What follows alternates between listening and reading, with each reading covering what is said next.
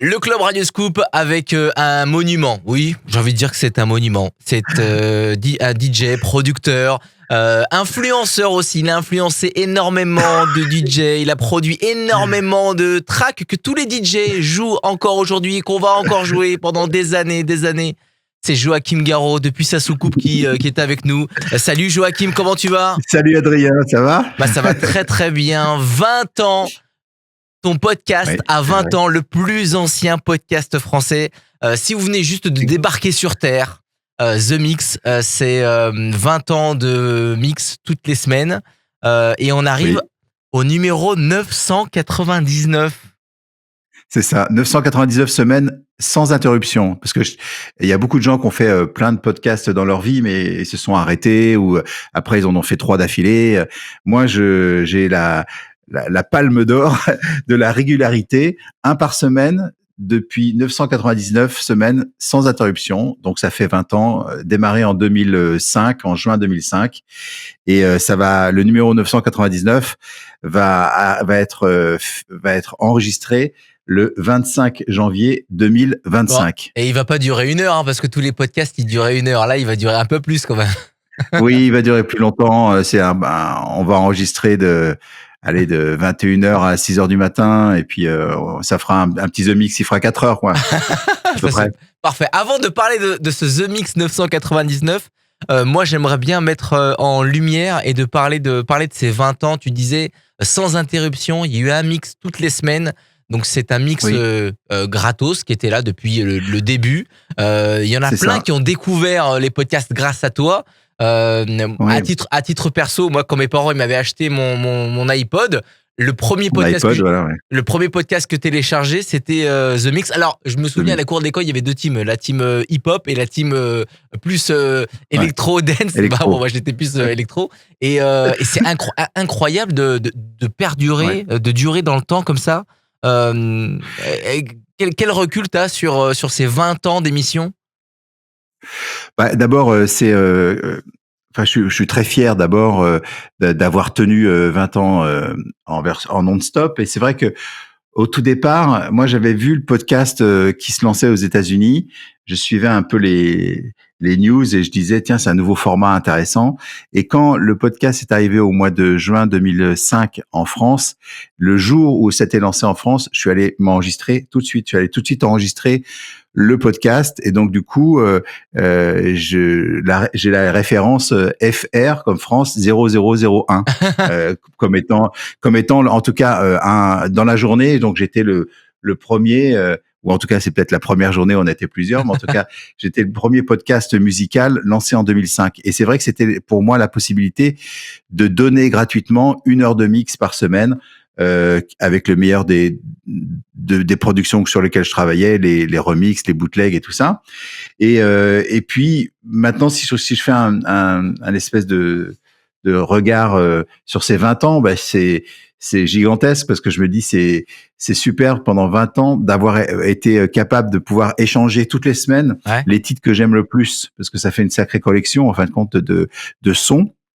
Et puis, ça m'a surtout permis de consolider une communauté de gens, comme tu disais, qui autour de leur iPod au départ, puisque c'était le seul appareil pour lire ce genre de podcast, de programme. Aujourd'hui, avec toutes les plateformes de streaming, on peut écouter sur des téléphones. Enfin, voilà, il faut juste resituer qu'à l'époque, il y avait qu'un seul appareil qui permettait de le faire. Les téléphones ne permettaient pas de lire les Ouais, podcasts. exact. Donc, ça m'a permis de fidéliser une communauté qui s'est retrouvée autour de ce programme-là, The Mix. Et puis, dernière chose, c'est que dans ce programme The Mix, je me suis permis de lancer un peu des nouvelles modes, je veux dire. Par exemple, celle de envoie ta photo et tu seras Ah présent oui, dans le programme ouais, The ouais, Mix. carrément. Et Ah oui. ça, aujourd'hui, c'est quelque chose qui est, tout le monde est sur Insta, tout le monde est sur TikTok. Donc, c'est normal que les gens publient leurs photos, mais il y a 20 ans, c'était pas si simple que ça. Et donc, j'offrais la possibilité aux gens qui envoyaient leurs photos d'être dans le podcast le plus écouté de France. Et donc, j'ai reçu énormément de photos. Tu te doutes bien, des milliers de photos sur 20 ans. J'ai pas encore Alors, envoyé j'ai les pas miennes. fait voilà, j'ai beaucoup de tes photos. Et donc voilà, donc c'était la possibilité de créer une communauté autour d'un programme de musique électronique. Mais on attendait tout ça, on attendait que Joachim, la team de Joachim Garraud publie la photo et chaque morceau, parce que le podcast était chapitré, donc donc chaque morceau, il y avait cette illustration et cette communauté qui agissait à mettre des petits Space Invaders un petit peu partout. Donc Joachim Garraud, c'est The Mix, les Space Invaders, la production musicale et aussi derrière de très grosses prods. The Mix, 20 ans, c'est le plus ancien podcast français. Est-ce que tu te souviens du moment où tu t'es dit que tu allais lancer ce podcast ? Ou c'est pas... Non, c'est pas aussi simple que ça parce qu'il y a 20 ans, il y avait pas il fallait être visionnaire pour que. Ouais, enfin, disons que j'avais la chance et j'ai toujours eu la chance de m'entourer de gens qui sont compétents dans leur domaine, et les gens qui étaient autour de moi déjà me disaient il y a un truc qui va arriver, ça fonctionne aux États-Unis, regarde, les gens peuvent écouter leur émission de radio à l'heure qu'ils veulent. Ah, Jim, alors parce que effectivement, il y a 20 ans, il y avait pas non plus de replay à la radio. C'est-à-dire que si jamais tu loupais l'émission de radio, tu la loupais. Et il fallait l'enregistrer sur cassette, ou c'était hyper compliqué de l'enregistrer. Donc quand j'ai vu ça, on s'est dit il faut absolument que il y ait un programme de musique électronique. Et moi, comme je produisais déjà des émissions pour les radios, c'était un prolongement pour moi, le podcast. Je me suis dit tiens, ça va pas être que des émissions de radio, ça va être aussi des émissions qui vont être aussi disponibles en podcast. Et puis après, le podcast a tellement pris d'importance, je pense que au top de la popularité de The Mix, il y avait plus de 800 000 téléchargements hebdomadaires. Donc on était proche du million de gens qui téléchargeaient le programme. Donc c'était très supérieur à toutes les audiences que je pouvais faire avec une radio locale ou même un réseau régional ou même une radio nationale, tu vois. Incroyable. The Mix 999, c'est le samedi 25 janvier à Paris. Oui. Et j'ai vu dans la promo que le line-up était secret. Oui, alors le line-up. Non, le line-up est secret. Non, mais c'est sold out aussi. Ah oui, désolé, c'est sold out. J'ai oublié de le préciser. Ouais, c'est vrai, je suis désolé pour ça. C'est vrai qu'effectivement, j'ai choisi de faire une fête qui est un petit peu à la mesure des surprises que j'essaye de mettre en place depuis pas mal d'années. Et donc, je pense que le concept de la soirée, c'est la surprise d'une façon générale. C'est-à-dire que les gens vont être surpris de voir les guests qui viennent. Et puis, j'ai invité plein d'amis, plein de gens, plein de DJ, plein d'artistes, des chanteurs, des artistes, des interprètes. Et j'ai demandé à tout le monde, en tout cas à tous les DJ, venez avec une clé USB dans votre poche avec les titres que vous voulez jouer. Si vous voulez jouer, venez déjà prendre un pot, passer du bon temps. Si vous voulez jouer un titre, vous venez. Venez prendre un pot dans la soucoupe. Voilà. Donc j'ai une trentaine, j'ai invité une trentaine d'artistes qui viennent tous avec des clés USB, et puis certains vont jouer, d'autres non. C'est pour ça que je peux pas annoncer de line-up parce que on peut avoir des gens très connus mais qui vont venir juste prendre un pot, et puis il y a des gens qui vont être très connus qui vont peut-être jouer un ou deux titres ou trois titres ou 5 titres. Enfin voilà, et c'est un peu on va improviser. Donc il y a pas de line-up. Il y a déjà eu une soirée un petit peu pas improvisée, mais il y a eu un The Mix comme ça. T'as fait le pouce, non? Je sais pas. Ah oui, j'ai un pouce vers le bas. J'ai dit, mais comment? Je sais même pas comment on fait pour faire. C'est le Mac. C'est le Mac qui maintenant, quand tu fais, parce qu'on est aussi en vidéo. Voilà, excusez-nous. On fait des signes avec les mains. On fait des signes sur l'écran. Bon. Pardon. Excuse-moi, je t'ai coupé. Non, mais t'as déjà fait une soirée privée. Je crois que c'était dans les années 2000. Pour fêter, je sais plus. Je crois que c'était une soirée 2005, du forum. Oui, hein. Une soirée. C'était une soirée avec les abonnés du forum, de ton forum à l'époque, joachimgarraud.com. Et Oui. il y avait tout simplement Steve Angelo, Et, Axwell, il y avait des noms incroyables. Aujourd'hui, quand tu regardes ça, tu te dis, mais attends, c'est un truc de fou. Donc oui. vous imaginez bien que pour ceux qui nous écoutent et ceux qui vont et qui ont la chance d'aller à cette soirée, il va y avoir des très bons noms. Je dis pas qu'il va y avoir Steve Angelo, Axwell Non, il faut pas et... dire ça parce que Non, bah non. ça serait de la publicité mensongère. Ouais, Hein. non, non, non, pas du Mais tout. non, non, mais c'est vrai que en 2005, j'avais demandé à des gens qui étaient inconnus. C'était des C'est inconnus vrai, de venir jouer pour une fête d'anniversaire. c'est vrai. Et donc c'est vrai qu'il y a eu Steve Angelo, Axo. Ben, c'est-à-dire que les gens, il y avait 200 personnes qui étaient dans une salle et dans cette petite salle, il y avait des DJ qui succédaient aux platines. Donc il y a eu David Guetta, Bob Sinclair. Il y avait Céron qui était là, et après sont passés les platines, Eric Prydz, Steve Eric Angelo, Prydz. Axwell, Sébastien Grosso. J'ai joué bien évidemment. Donc c'est vrai que c'était une belle surprise parce que les gens, je leur avais dit, ben vous verrez, il y aura des gens qui vont venir mettre de la musique, mais je vous dis pas qui. Voilà. Donc c'était sympa, et c'est un peu le C'est le concept même que j'aime concept. aussi Ouais. pour le 25 janvier prochain, c'est-à-dire que voilà, les gens viennent pour faire la fête, quel que soit le DJ, ils savent que ils peuvent me faire confiance, il y aura de la bonne musique. Voilà. 999, c'est le nombre de mix que Joaquin Garraud a fait dans son podcast qui s'appelle The Mix. Ouais. Moi, j'ai eu la chance d'avoir le The Mix numéro 1 que tu avais offert dans une box qui n'est C'est plus vrai. disponible sur ton shop. Tes albums, le dernier album que tu as fait avec toute ta communauté, il est disponible sur ton shop, j'allais dire radioscoop.com, sur joaquimgarraud.com. Ouais, on est sold out aussi, il y en a plus, mais oui, c'est vrai que ils peuvent le télécharger, mais Oui, la ou version l'écouter. physique vinyle, il y en a plus, ouais. Ouais. Exactement. Ouais. Le The Mix numéro 1, il était dans une clé USB ou dans un disque Dans dur une que clé tu avais. USB, tout à fait, très bon souvenir. Bravo. Incroyable. Donc, parce qu'il est plus, tous ces 999 mix, ils seront pas disponibles à l'écoute.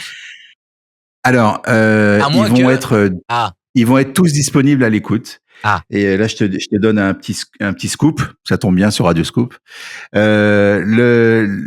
Je suis en train de préparer pour cette année ah. un livre qui est assez gros, hein, qui va faire 450 pages, qui est un livre très gros, qui retrace toute l'histoire. Enfin, qui retrace principalement mon histoire de 1985 avec ma disco mobile jusqu'à 2025, jusqu'à The Mix 999. Et je fais une espèce de story dans ce livre-là. Et dans ce livre-là, il y a tout un chapitre sur les The Mix qui explique bien les backstage, comment c'était fait, pourquoi justement, comment on fabriquait, et qui montre un peu les meilleures photos des gens qui m'ont envoyé justement durant les années. Et il y a un QR code qui va permettre d'aller dans une espèce de banque dans lequel il y aura les 999 The Mix. Donc les Oh, gens pourront récupérer plus de incroyable. 40 jours de musique, je crois. Ça fait. Ça va Avec... être incroyable. On connaît pas la date de sortie, j'imagine, de ce bouquin parce que il Non, n'est pas non, le encore livre il est en terminé. fabrication, et c'est pour Incroyable. ça que pour les gens qui regardent la vidéo, vous voyez autour de moi, enfin derrière moi, un ancien Mac là, des années 2000, parce qu'en ce moment je suis en train de relire mes archives pour justement mettre dans le livre justement des QR codes qui emmènent vers je sais pas, imaginez, vous avez, je vais présenter par exemple des maquettes que j'ai faites avec Laurent Garnier Ouais. qui sont jamais sorties, ou des sessions d'enregistrement avec Bob Sinclair exclusifs. Et donc ça, c'était fixé sur des CD-ROM, sur des formats comme ça de CD-ROM sur lequel eh ben il faut relire ces CD là. Et pour cela, ben, j'étais obligé de m'équiper justement d'ancien ordinateur avec des OS un peu plus anciens. Et c'est pour ça que le livre n'est pas prêt encore et il sortira cette année. Mais je te le dirai de toute façon. Tu peux compter sur moi sur l'achat du livre. Hein. Moi, Oui. Ouais. Bah, surtout, tu vois, je vais en faire assez peu. Je vais faire une édition Ah. limitée, collector limitée, dans lequel il y aura tes photos, parce que je sais que tu m'avais envoyé pas mal de photos et je les ai retrouvées. Attends, je Il y vais aura, retrouver deux, trois il y aura trucs là. il y aura plusieurs de tes photos dans ce livre-là. Et je vais vendre ce livre-là au profit de la recherche contre le cancer. Et donc, je vais faire une opération de promotion pour une œuvre charitable en plus, si tu veux. Super. Et donc, ça sortira durant l'année. Et voilà. Mais je suis très fier de ce livre-là. Et c'est pour ça aussi que pour boucler avec le début de cette interview, le The Mix 999 qui a lieu le 25 janvier à Paris, j'ai interdit, enfin les gens qui viennent, il y avait 3 règles. La première, c'est vous venez déguisé, donc vous êtes obligé de venir avec un déguisement. La deuxième, pas de line-up, on a déjà parlé, vous verrez les DJ au fur et à mesure. Et la troisième, c'est quand vous voulez rentrer dans la secoupe, vous êtes obligé de mettre votre téléphone portable dans une espèce de poche scellée, qui est une poche qui interdit les gens, enfin qui empêche les gens d'utiliser le téléphone pour faire de la photo et de la vidéo. C'est-à-dire que durant cette soirée, il y aura aucune photo, aucune vidéo avec les téléphones. Par contre, j'aurai un photographe professionnel qui va faire des très belles photos et ces photos-là seront dans le livre final. Et je trouvais que ça sympa qu'il y ait un chapitre qui soit consacré à The Mix 999 avec des belles photos. Et en plus, en interdisant le téléphone comme étant un support audio, vidéo ou photo, ça permet aux gens vraiment de profiter bien de la soirée. Ah, carrément. Et puis, surtout, ça me permet d'inviter des guests et de dire, écoute, tu peux venir parce que comme les gens n'auront pas de téléphone, tu seras pas obligé de faire 300 selfies, tu vois. Parce que si tu invites des gens très connus ou des gens qui ont une certaine notoriété, et que tu te retrouves dans un lieu qui est assez exigu parce que c'est un lieu pour 600 personnes, donc c'est pas une grosse salle de concert. Tout le monde sera dans la même salle, donc tu auras peut-être envie, oh regarde, il y a lui, j'ai envie d'avoir une photo avec lui. Bon, je pense que c'est un peu dérangeant pour la star et pour le VIP de faire ça toute la soirée parce que il vient pas pour ça au final, tu vois. Donc c'est pour ça qu'en interdisant la photo vidéo, j'avais un peu tous ces bénéfices de dire que tu peux continuer à utiliser ton téléphone pour payer une bière avec ton système, avec ton téléphone si tu as envie. Tu peux envoyer un texto si tu as besoin de commander un taxi pour rentrer chez toi. Mais tu peux pas en tout cas utiliser pour faire des photos et des vidéos. Et donc ça permet, si tu veux, à tout le monde de passer une soirée un peu plus, je veux pas dire normale, mais en tout cas sur laquelle tu te concentres plus sur la soirée et non sur il faut que je fasse une photo, quoi. Ah bah ça risque de marquer l'histoire, hein, ce genre de soirée, cette soirée où on n'utilise pas ni de photos ni de vidéos. Là, c'est peut-être la première, c'est peut-être la première à Paris, hein, peut-être. Je ne sais pas, non, je pense que ça existe pour certains. Il y a certains concerts, mais là, c'était important pour moi de le faire. Et en plus, si tu veux, c'est vrai que tu te dis, attends, je suis avec mes 4 potes, on est tous déguisés de dingue parce que tout le monde est déguisé en Space Invader, Alien et tout ça. J'aimerais bien une photo. J'ai prévu, il y a une espèce de borne à selfie qui est dans la soucoupe et tu te mets devant, tu fais ta photo, t'as ton tirage, tu vois, t'as ta photo, donc t'es content. Mais par contre, je voulais vraiment avoir la possibilité que les gens qui veulent pas être en photo soient pas en photo ou maîtriser un peu ça et puis surtout faire un beau livre, voilà. 999, c'est le podcast de Joachim Garraud, le plus ancien podcast qui a influencé tellement de DJ et aussi qui a lancé tellement de producteurs parce que ce n'est pas qu'un mix DJ qu'on peut retrouver de partout, parce que des mix DJ, il y en a de partout. C'est surtout quelqu'un qui jouait les prods des DJ qu'on ne connaissait pas et qui aujourd'hui sont des stars ou qui sont en train de produire dans leur chambre. Et Joachim Garraud, il jouait leur prod. Et nous, à chaque fois, on découvrait ces morceaux, on disait mais c'est incroyable. Et on va pas citer tous ces, on va pas en citer parce qu'ils seront dans ce livre dont tu as parlé parce qu'il y en a tellement. Exactement, ils seront dans ce livre et puis il y a quand même des chances qu'il y en a pas mal qui soient présents durant ces soirées. Ah, exactement. C'est à Paris. C'était un peu ça aussi, c'est pour réunir un peu les gens qui ont connu ce The Mix et sans citer une liste interminable, le fait que des gens comme Arnaud Coste aient posté par exemple avec Arias leur premier titre Magenta en maquette sur le podcast, tous ces gens-là qui ont démarré avec le forum, c'est vraiment ce que j'appelle moi la génération The Mix. D'ailleurs dans le livre, j'ai un chapitre qui s'appelle Génération The Mix où justement j'ai des gens comme Quentin Mosiman, comme c'est des gens assez variés. Je peux pas le citer tout le monde, mais effectivement des gens qui ont démarré à cette époque et qui ont un peu, grâce à The Mix, eu un peu plus d'exposition médiatique parce qu'ils composaient un titre dans leur chambre et puis après, ils se sont retrouvés effectivement dans le The Mix. Vous l'avez compris, cette soirée, elle va être anthologique. Bravo à ceux qui ont réussi à avoir leur invitation. 999, c'est le The Mix. Ça se déroule à Paris samedi 5 Ouais. janvier. Il y aura un livre. Le line-up, il est secret. Et ben, on va le découvrir ce jour-là. Voilà, vous le Et découvrirez le 26 janvier, le lendemain, quand les gens vont se réveiller. Voilà. en attendant, il y a toujours il y a toujours le The Mix 997 et 998 qui va, Oui, oui, qui tout va, à fait, ouais. qui va sortir.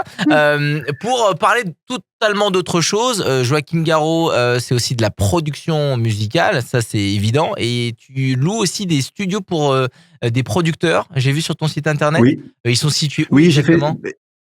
Alors, ben, j'ai des studios qui sont en région parisienne, à Rueil-Malmaison, qui sont des studios que j'ai réaménagés et dans lequel il y a plusieurs cabines.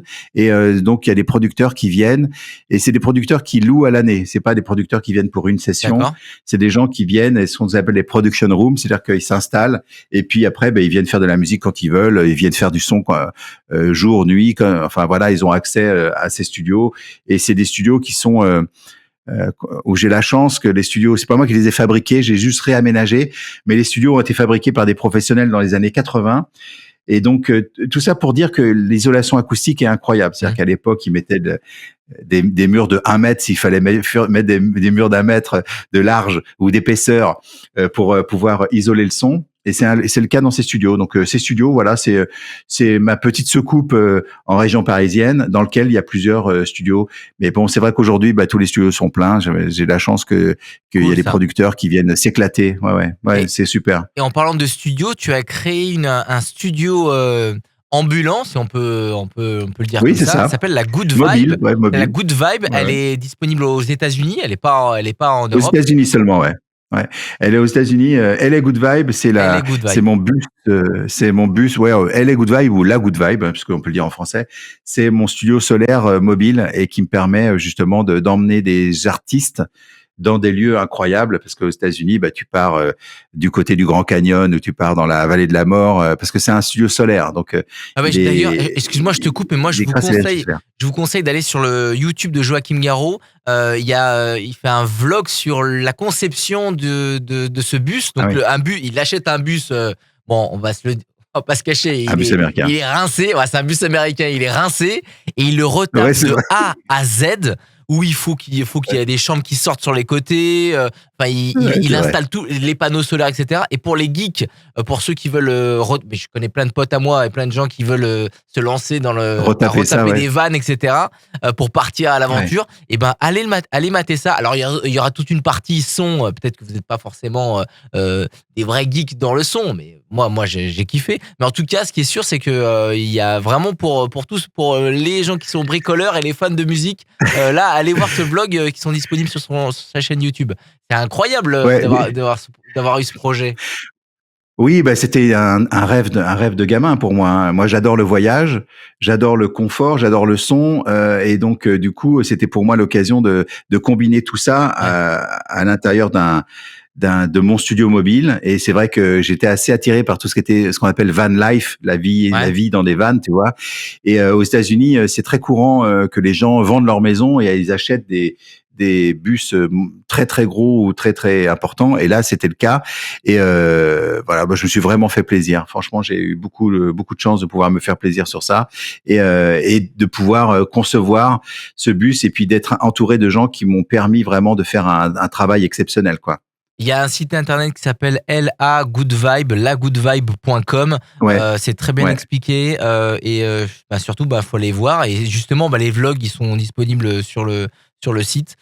Si vous êtes du côté des États-Unis, si vous êtes un jeune DJ producteur, vous avez envie bah, d'en savoir plus, bah, contactez-les directement. Il y a une rubrique contact ou sur les réseaux sociaux. La Good Vibe. J'ai vu qu'il y avait plein de potes. J'ai vu Jenny Preston qui avait fait un son dans le Exact, voilà, exact, ouais. qui est française, du Ah, sud de la France. ouais, ouais. Alors, donc, LA Good Vibe, il y a un site internet, lagoodvibe.com, voilà, où vous allez avoir des super photos et tout ça. Et c'est vrai que j'ai certains artistes qui sont passés. Jenny Preston, elle n'a pas fait de prod parce que elle est juste passée voir le Ah! studio et on n'a pas eu le temps de partir faire de la production parce que l'idée globalement, c'est que quand les gens arrivent, et le bus, il est basé à Los Angeles. Donc, les gens qui viennent du côté de Los Angeles en Californie, moi, je les accueille. Et on part en trip, on part dans le désert, on part Grand Canyon, les Yosemite Park, les comme ça. Et donc du coup, ça demande t'as 2 heures de route pour sortir un peu de Los Angeles, parce que Los Angeles est une très grande ville, comme tu le sais, une très grande mégapole. Et donc du coup, il faut sortir. Il y a au moins 2 heures de route avant d'atteindre le premier désert. Et si tu veux aller même dans des endroits un peu plus chouettes, c'est quand même 3 heures de route. Donc ça veut dire qu'il faut quand même un peu de temps, parce que tu fais 3 heures avec le bus, et là tu arrives dans un endroit, et là tu t'installes, et là tu peux enregistrer, tu peux faire du son avec l'énergie solaire. Et pour rebondir sur ta précédente question, effectivement, il y a un film qui fait 39 minutes qui explique un peu toutes les étapes pour construire le bus. Et je remercie Charles Coulen, avec qui j'ai réalisé ce bus-là, et aussi Fredo et toute l'équipe, parce que ce sont des gens sans qui j'aurais pas pu mettre à jour ce projet, quoi. Joachim Garraud, il y a un site internet joachimgarraud.com. Il y a le shop aussi où il y a les précédents albums. Invasion 2011. Il y a aussi. Alors je sais pas comment tu le dis, le 96/24. Tu le dis comme ça ou tu le dis à l'anglaise 96-24. 96/24. Il y a aussi toute la Sound Bank. C'est parce que c'est l'un des seuls DJ dans le monde qui offre et qui donne les partitions et les morceaux et les bouts d'instruments de ces morceaux pour que tout le monde puisse les remixer, les retravailler. Ouais. T'es l'un des seuls à faire ça en fait. Hein. Je crois qu'il y en a. Bah, t'es l'un des premiers, franchement. Oui, on n'est pas beaucoup, mais je pense que oui. Je pense que si en cherchant, je vais trouver quand même des gens qui font ça. Après, moi, je le fais à chaque fois parce que j'ai envie de donner la possibilité aux gens de faire leur propre version, remixer leurs propres titres et utiliser aussi le maximum d'éléments pour s'accaparer les éléments, les remixer, puis faire des nouvelles œuvres, les recycler. Je trouve ça génial que les gens puissent recycler des titres pour en faire des nouveaux titres, tu vois.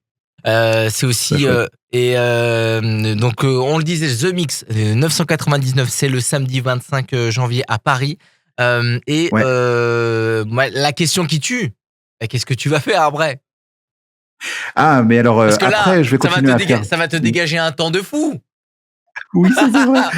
C'est vrai. Alors non, il faut dire les choses, c'est qu'une émission comme ça, c'est 4 heures, 4 à 5 heures par semaine, toutes les semaines.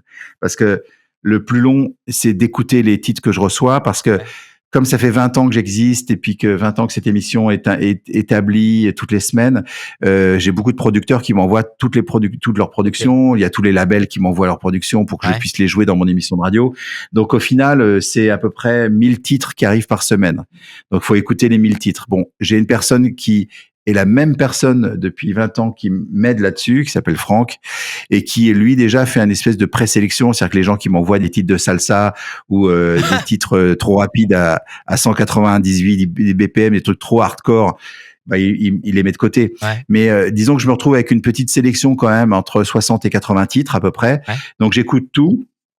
Et après, je sélectionne mes coups de cœur. Et puis après, je commence à mixer, je fais le mix. Et après, il faut positionner les jingles, faire les speaks en disant salut à tout le monde, bienvenue, vous allez écouter le nouveau Eric Prydz, machin, blablabla. Et puis il faut le faire en anglais parce qu'il y a une version française et une version internationale. Et puis il faut publier tout ça. Donc c'est vrai que ça prend, allez au bas mot, ça prend à peu près 4 heures par semaine. Donc qu'est-ce que je vais faire de ces 4 heures par semaine? Bon, j'ai beaucoup de projets parce que je fais beaucoup de musique aussi en ce moment. Et j'ai besoin de temps pour faire un peu plus de musique parce que j'ai par exemple un nouvel album avec Avoriaz qui est un side project avec une artiste française qui s'appelle Dolorantis. Et ça, c'est quelque chose qui va sortir cet été. Et il faut que je rende tous les masters là de l'album avant fin mars. Et j'ai vraiment besoin de temps pour travailler sur ça. J'ai un nouvel album OVP3 qui sort fin d'année prochaine, cette année. Et là, j'ai un gros travail parce que c'est un album que je fais avec la marque El Acoustique et on fait un espèce de chapitre qui est vraiment en 3D, donc ça me demande beaucoup de travail sur du sound design. Donc là, c'est encore un autre type d'album. Et puis j'ai mon ami Chris Willis, le chanteur avec lequel on a fait beaucoup de titres pour le projet David Guetta, Love Is Gone, Love Don't Let Me Go, Just a Little More Love, avec qui je collabore en ce moment pas mal pour sortir un espèce de mini LP, 3, 4, 5 titres, j'espère, on va voir. Et donc du coup, j'ai besoin de pas mal de temps pour faire de la musique, qui est quand même ma première vocation en tant que musicien, producteur. Et je vais faire un peu moins de mix. Déjà, le fait de plus avoir les The Mix à faire, mais Ça n'empêche que des radios m'ont dit bah écoute, si tu peux nous faire un mix une fois par mois, pas une fois par semaine, mais une fois de temps en temps. Donc je sais que je vais continuer à faire des mix pour la radio parce que j'adore la radio. J'adore aussi le fait de pouvoir échanger et partager avec les gens en faisant un mix, quoi. Ça c'est important. Donc je le ferai, je continuerai. Ça sera pas sous le format The Mix parce que je voulais que les choses s'arrêtent à un numéro symbolique. Je trouvais ça très fort d'arrêter à 999 et de ne pas faire 1000 épisodes. Ah ouais, non. Et je trouvais ça, moi j'adore les chiffres, j'adore les numéros, les chiffres. Et là je trouvais ça assez bien de s'arrêter sur un nombre comme 999. C'était quand même dingue. Et donc du coup voilà, je vais utiliser ce temps-là pour faire de la musique. J'ai aussi mon livre sur lequel je travaille beaucoup et sur lequel j'ai envie de donner un maximum d'éléments, de QR codes, d'envoyer vers des banques sons, d'offrir des sessions, des trucs exclusifs. Et ça demande pas mal de temps et j'ai vraiment envie de le faire super bien, de relire avant publication, tu te doutes bien. Ouais, carrément. Joachim Garraud, joachimgarraud.com, ses réseaux sociaux, allez le suivre et il a tellement plein de projets pour cette année 2025. J'ai 2 dernières questions. Bref. Oui, bien sûr, Adrien, mais vas-y, je suis bien avec toi. Hein. Je vois derrière toi, t'as un casque des Daft Punk. Tu fais partie des Daft Punk, c'est ça Parce que j'ai jamais vu de casque comme ça. Hein. Attends, je vais te le chercher. Attends, mais c'est une révélation. C'est un scoop. Tu fais partie de la team, c'est ça Non, pas tout à fait. Hein. Pas tout. Non, ça serait bien de mentir. Non, regarde, il est pas mal. On va voir. Ah. Ah, génial. Tu vois bien. Est-ce que la légende, il voit super bien dans ses casques quand même?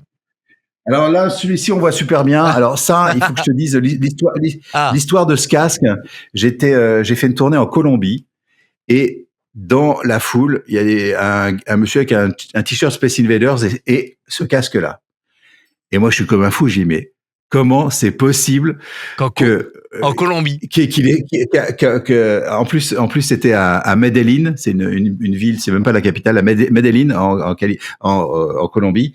Et j'ai dit mais c'est incroyable. Et donc j'ai dit bon attends, on fait une photo ensemble quand même, toi avec le casque, moi avec le t-shirt. Et puis il me dit bah, écoute c'est pour toi, je te l'offre. J'ai dit non mais tu rigoles. Il dit oui je l'ai fait pour toi. Et donc il l'a fabriqué à partir d'un casque de moto et il a fait un travail incroyable non mais il est juste magnifique quoi, tu vois. Ouais. Et donc bon voilà, donc non, je ne fais pas partie des Daft Punk. À mon grand regret, je n'ai pas leur talent. T'as des nouvelles ou pas? T'as pas de nouvelles? Ah ben de toute façon les Daft Punk ne vont pas se reconstituer, ça c'est clair. Hein. Non. Donc du coup, j'ai juste un fake casque de Daft Punk, mais c'est tout. Bon, j'ai rien d'autre. En tout cas, tout ce qui est derrière, tout ce que vous voyez autour de Joachim Garraud, tout est vrai. Hein. Le Moog qui est derrière, oui, le clavier, c'est vrai. tout ça, c'est tout. Oui, ça c'est vrai. Ça, c'est mon Moog là, c'est vrai. Dernière question. Récemment, il y a quelques semaines, c'était fin 2024, il y a Guetta qui a partagé sur son Insta la soirée au Red Light à Paris.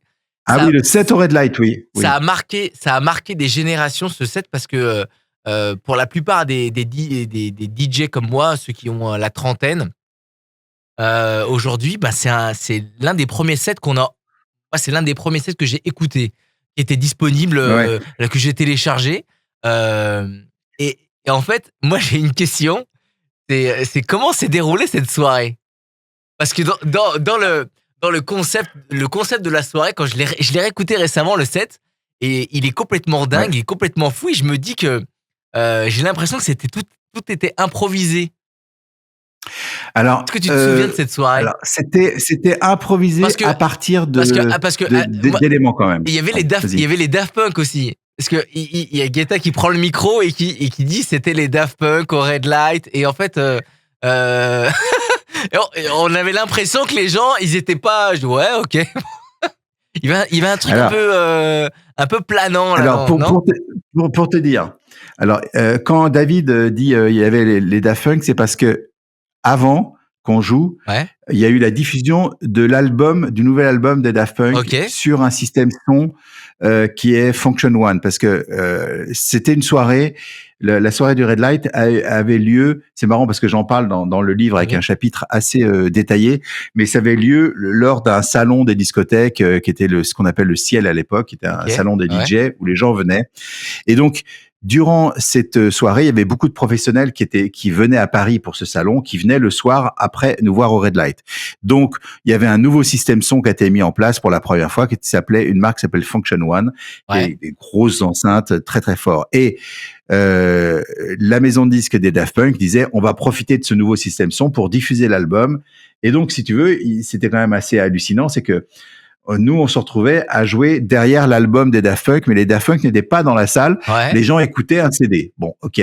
Donc les patrons de club, les DJ, les passionnés de clubbing étaient en train d'écouter l'album. Ils étaient super contents. Ils ont écouté l'album en exclusivité sur du Function One. Et après, c'était à nous de faire un live. Et avec David, j'avais dit. Écoute, comme les gens, ça va être quand même des professionnels de la nuit, des gens qui connaissent un peu le clubbing. Ce qui serait cool, c'est d'essayer de mélanger le côté DJ. On va pas faire un set DJ classique et d'utiliser un peu les techniques de production que j'utilisais à l'époque dans mon studio, avec justement le fait d'utiliser de la synchro avec Live Ableton qui permettait d'envoyer des séquences de temps en temps. Et donc du coup, on a répété les 2-3 nuits avant, pas énormément. On a dû répéter, 5 heures, peut-être 5 heures, je pense, sur la totalité de ce set-là. Et donc j'avais sélectionné des patterns, ce qu'on appelle des boucles qui peuvent aller ensemble. C'est-à-dire par exemple le pied de Daft Punk fait pouf, pouf, et puis une gimmick qui était dans la même tonalité. Donc je savais que ces deux éléments pouvaient aller ensemble. Ouais. Et donc j'avais commencé à sélectionner et faire une espèce de banque avec des sons qui peuvent matcher. Et l'idée, c'est que avec David, on se regardait et puis on disait 1, 2, 3, 4 et on passait sur un son. Je dis attends, le prochain c'est le Daft Punk. Ok, là. Donc lui, il mettait un petit coup de reverb, de délai et puis hop, j'enchaînais sur par exemple une des patterns de Daft Punk ou un des titres qu'on avait produit avec David. Et donc c'est vrai que ça a fait un espèce de mix hybride entre un DJ set et quelque chose d'assez moderne dans la construction, puisque ça nous permettait quelquefois de passer d'un titre à l'autre d'une façon très brutale, mais aussi très énergique. Et je pense que ça a marqué pas mal de gens parce qu'il y avait pas mal de DJ dans la salle. Et c'est vrai qu'on a eu la chance que ce set-là soit enregistré en vidéo, parce que j'avais aussi booké un ami qui s'appelle Laurent qui venait faire le VJing et puis une autre personne qui s'appelle Jonathan qui avait fait de la sélection de banques vidéo en prenant des films indiens, des super trucs comme ça. Et lui, je lui avais donné un peu la liste en disant, tu vois, là j'ai des boucles, là j'ai une nana qui fait commande, il dit attends, je vais trouver une image. Et donc du coup le mix entre la vidéo synchro avec des boucles déclenchées par un VJ plus David et moi qui étions en train de faire ces tests un peu hybrides, ça donnait quelque chose d'assez unique et heureusement ça a été enregistré et donc quand ça a été publié sur internet ça fait des millions de vues, plusieurs centaines de millions de vues maintenant cumulées puisque ça fait plus de 20 ans et donc du coup c'est vrai que ça a marqué pas mal de gens qui m'ont dit on l'a écouté 200 fois d'affilée. Moi je l'ai écouté je sais pas combien de fois. Et surtout, il y a la phrase exceptionnelle de David Guetta et j'espère que ça va le faire. Et celle-ci, elle reste. Mais il y a plein de gens qui la reprennent. Ouais. Même des gens qui sont même pas du tout connectés avec le mix. Mais j'ai des gens au travail qui disent j'espère que ça va le faire et ça c'est incroyable. Ah oui, ça vient de là quoi. Okay. Cette phrase est ça devient un mème carrément, c'est un mème quoi. On pourrait faire un mème. Je sais pas, je pense qu'on pourrait en faire un mème. Bon, peut-être que tout le monde ne comprendra pas, mais en tout cas nous dans notre petite niche nous on comprend. Ça sert à ça les mèmes, c'est ça. Ouais, ça sert à ça. Bon, en tout cas, merci beaucoup Joachim Garraud d'être venu merci Adrien dans le club. Merci The Mix. Merci beaucoup. 999 sera disponible fin janvier, la soirée de clôture de The Mix, elle se fait le samedi 25 janvier. Un énorme bouquin qui retrace les 20 ans de The Mix est en production. Tu reviendras nous en parler et tu m'enverras le lien parce que moi je le prends direct. Hein. En plus, tu l'as dit que c'était pour la bonne cause. Donc c'est vrai. Donc ça c'est vraiment avec plaisir. Vraiment génial. C'est tout à ton honneur et ça te ressemble tellement. Donc moi qui suis un vrai grand fan de Joachim Garraud, je suis toujours très très content de te recevoir dans le club Radioscope. Merci beaucoup d'être venu, Joachim. Merci Adrien, merci beaucoup pour la qualité de tout ce que tu proposes et puis c'est toujours un plaisir de parler avec quelqu'un qui est passionné comme toi. C'est vraiment un plaisir pour moi. Merci beaucoup. Merci.